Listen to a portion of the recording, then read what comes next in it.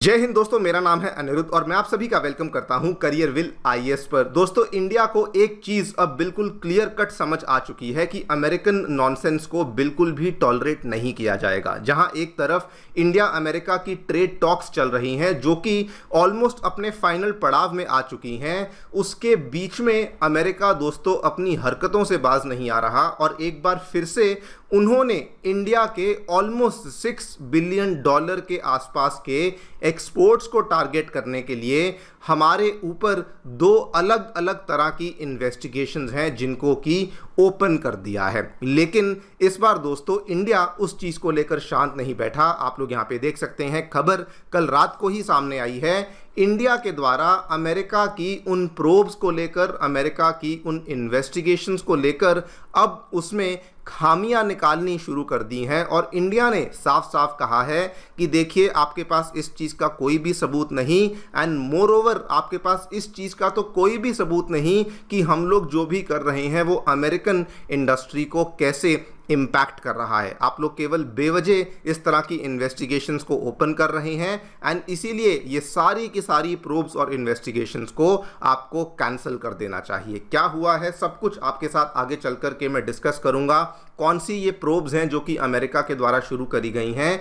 लेकिन इस बार जो ये डेवलपमेंट हुई है इसमें दो चीज़ें बहुत ज़्यादा आउटस्टैंड करती हैं। एक तरफ दोस्तों ये सेम तरह की डेवलपमेंट पिछले महीने हमें देखने को मिली थी, तब भी अमेरिका ने यही वाली हरकत को एक बार रिपीट किया था, लेकिन उस टाइम पे इंडिया इस चीज़ को लेके शांत रहा। इंडिया ने इस चीज़ का कोई भी रिटेलिएशन नहीं किया, लेकिन इस बार इंडिया उस चीज़ को लेकर शांत नहीं बैठा। नंबर दो, इस बार ये अमेरिका के द्वारा की जाने वाली हरकत, अमेरिका के द्वारा लिया जाने वाला ये जो स्टेप है, इंडिया तो उसकी निंदा कर ही रहा है, लेकिन उसके साथ साथ अमेरिका की भी बड़ी बड़ी कंपनियां, कई सारी ऐसी कंपनियां जो कि वो सारे के सारे कंपोनेंट्स को इंडिया से मंगवाती थी, जिसमें कि अमेरिका की जानी मानी आपकी ऑटोमोटिव कंपनी फोर्ड कंपनी हुई। उसके बाद इवन उनकी जो आईटी कंपनीज हैं जो कि अपने कंपोनेंट्स इंडिया से मंगवाती थी, उन्होंने भी अमेरिका को फटकार लगानी शुरू कर दी है कि जो आप ये इंडिया के ऊपर नई नई तरह की प्रोब्स को शुरू कर रहे हैं,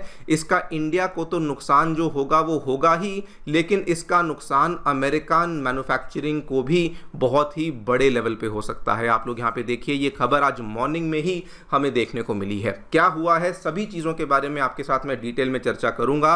आइए शुरू करते हैं दोस्तों मेरे साथ। मेरा नाम है अनिरुद्ध। यदि आप लोग हमें फॉलो करना चाहते हैं तो दिए गए टेलीग्राम चैनल के माध्यम से ऐसा कर सकते हैं। All right, directly coming to the news, क्या देखने मिला है दोस्तों, अमेरिका के द्वारा अपने सेक्शन 301 के तहत इंडिया के खिलाफ दो अलग अलग तरह की इन्वेस्टिगेशंस को शुरू कर दिया गया है जो कि डायरेक्टली इंडिया के मैन्युफैक्चरिंग एक्सपोर्ट्स को हिट करने वाली हैं। ये दोनों इन्वेस्टिगेशंस क्या हैं आपके सामने हैं। एक इन्वेस्टिगेशन फोर्स्ड लेबर को लेकर इन्वेस्टिगेशन को शुरू की गई है और दूसरी जो इन्वेस्टिगेशन है वो एक्सेस कैपेसिटी को लेकर शुरू की गई है। जो पहले वाली इन्वेस्टिगेशन है ये तो इनफैक्ट कुछ महीने पहले ही शुरू कर दी थी। इनके इसमें एलिगेशन ये थे कि इंडिया बहुत ज़्यादा एडिक्वेट स्टेप्स नहीं लेता अपनी मैन्युफैक्चरिंग इंडस्ट्री में फोर्स्ड लेबर को रोकने के लिए। इसको लेकर इन्होंने अपनी फाइंडिंग्स को भी पेश कर दिया था और प्रपोज कर दिया था कि 12.5% का जो टैरिफ है वो इंडिया के ऊपर एडिशनली लगाया जाएगा। दूसरी जो यहाँ पे जांच है वो इन्होंने कही कि इंडिया की सब्सिडीज और पॉलिसीज़ की वजह से बहुत ज़्यादा एक्सेस कैपेसिटी इनकी फैक्ट्रियों में, इनके जगह जगह पे हो रही है और उसको लेकर भी अब इन्होंने इन्वेस्टिगेशन को शुरू कर दिया है। ये सारी की सारी चीजें दोस्तों अमेरिका अपने ट्रेड एक्ट ऑफ 1974 के तहत आने वाले सेक्शन 301 के तहत करता है। ये कहता है कि ये सारी पॉलिसीज अनरीजनेबल हैं, डिस्क्रिमिनेटरी हैं, अनजस्टिफाइबल हैं या फिर ये अमेरिकन कॉमर्स के लिए बर्डनसम बन जाती हैं। ये वही वाला सेक्शन 301 है जो कि अमेरिका ने चाइना के साथ हुई ट्रेड वॉर में इस्तेमाल किया था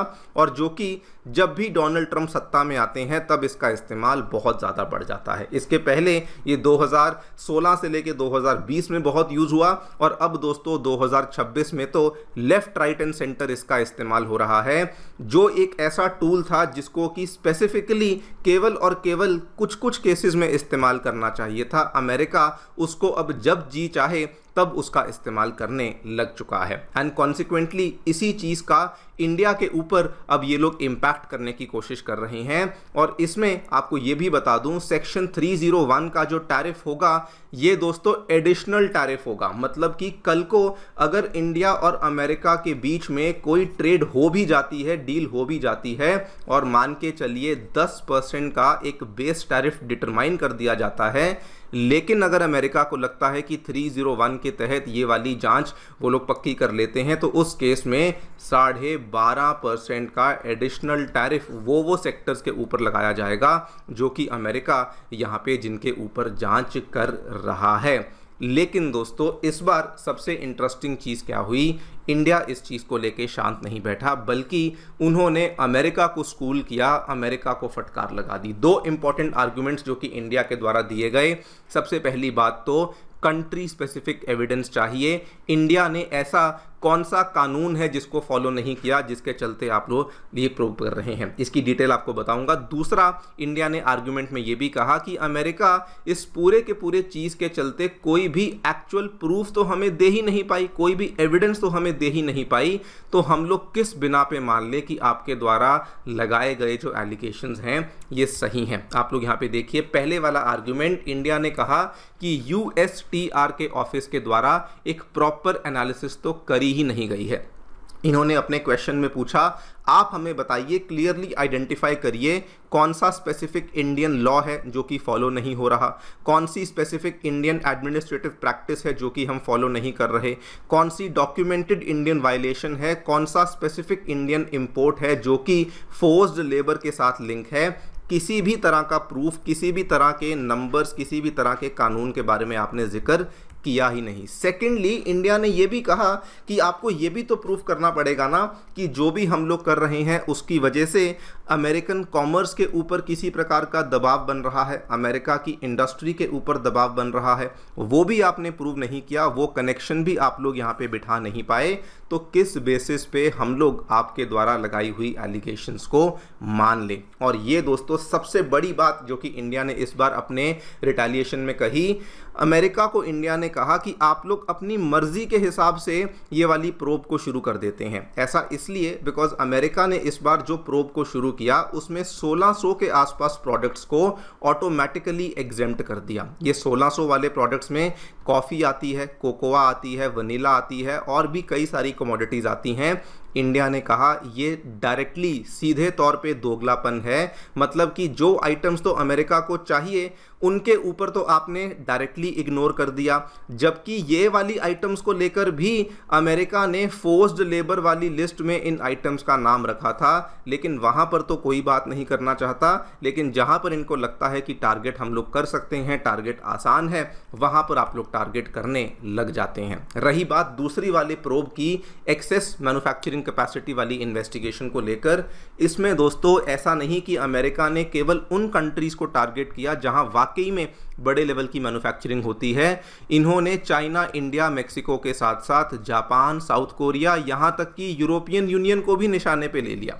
और रीजनिंग सुनकर आपको हंसी आएगी, ये कहते हैं कि कुछ कुछ सरकारी नीतियां ऐसी होती हैं जिसके चलते कंपनीज जो है वो अपनी प्रोडक्शन कैपेसिटी के बियॉन्ड जाके प्रोडक्शन करने लग जाती हैं, जो कि जेन्युइन मार्केट डिमांड से भी परे देखने को मिलती हैं। इनका लॉजिक देखिए, ये कहती हैं ये कि ये जो कंट्रीज़ हैं सब्सिडीज़ देती हैं, सब्सिडीज़ देने के बाद उसके बाद एक्सेसिव इन्वेस्टमेंट होती है, जिसके बाद एक्सेस प्रोडक्शन होती है, चीप प्रोडक्ट्स आते हैं, जिसके बाद यूएस मैन्युफैक्चरर्स के ऊपर प्रेशर आता है। ये दोस्तों इन्होंने केवल एक थ्योरेटिकल कॉन्सेप्ट बना के इस चीज़ को पेश कर दिया, लेकिन इसके नंबर्स, इसके आंकड़े कि क्या वाकई में इस चीज़ का इम्पैक्ट अमेरिकन इंडस्ट्री के ऊपर पड़ भी रहा है या नहीं, वैसा इन्होंने कुछ भी पेश नहीं किया। और इसी में इन्होंने इंडिया के ना जाने कितने सारे सेक्टर्स को इंक्लूड कर लिया है, टेक्सटाइल्स को, हेल्थ से जुड़े हुए प्रोडक्ट्स को, कंस्ट्रक्शन गुड्स को, सबसे इम्पॉर्टेंट ऑटोमोटिव गुड्स को।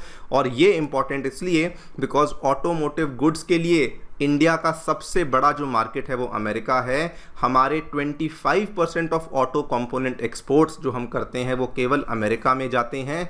टोटल इसकी वैल्यू अलग अलग रिपोर्ट्स के अकॉर्डिंग कहीं पे $6 बिलियन है, कहीं पे $7 बिलियन से भी ज़्यादा की इसकी वैल्यू बताई जाती है। ये दोस्तों इम्पैक्ट है जो कि इंडिया के ऊपर अब हमें देखने को मिल रहा है। इस पूरी चीज़ का जवाब इंडिया के द्वारा तो दिया ही गया, लेकिन इस पूरी चीज़ का जवाब इस बार हमारी इंडिया की जो automotive component manufacturing association of India है, उन्होंने भी इन एलिगेशंस को रिजेक्ट किया। उन्होंने साफ साफ कहा कि जो लेबर प्रैक्टिस वाली आप लोग एलिगेशन की बात कर रहे हैं, उन्होंने कहा कि देखिए हम तो जी फॉर्मल लेबर और कंप्लायंस फ्रेमवर्क्स के तहत ही ऑपरेट करते हैं और रेगुलर ऑडिट भी हमारे ग्लोबल कस्टमर्स के द्वारा करी जाती है। रही बात एक्सेस कैपेसिटी की, तो उन्होंने कहा कि मार्केट रियलिटी को आप लोग जानते ही नहीं, और उन्होंने इस चीज को लेकर नंबर बताए। अगर वाकई में ऐसा हो रहा होता कि इंडिया एक्सेस कैपेसिटी पे ऑपरेट कर रहा है तो इंडिया केवल और केवल एक्सपोर्ट्स कर रहा होता, इंपोर्ट्स की हमें उतनी आवश्यकता नहीं होती। लेकिन रियलिटी में नंबर्स क्या बताते हैं कि FY26 का जो पहला हाफ है, मतलब कि उसके जो पहले 6 महीने हैं, उसमें इंडिया के जो एक्सपोर्ट्स थे वो तो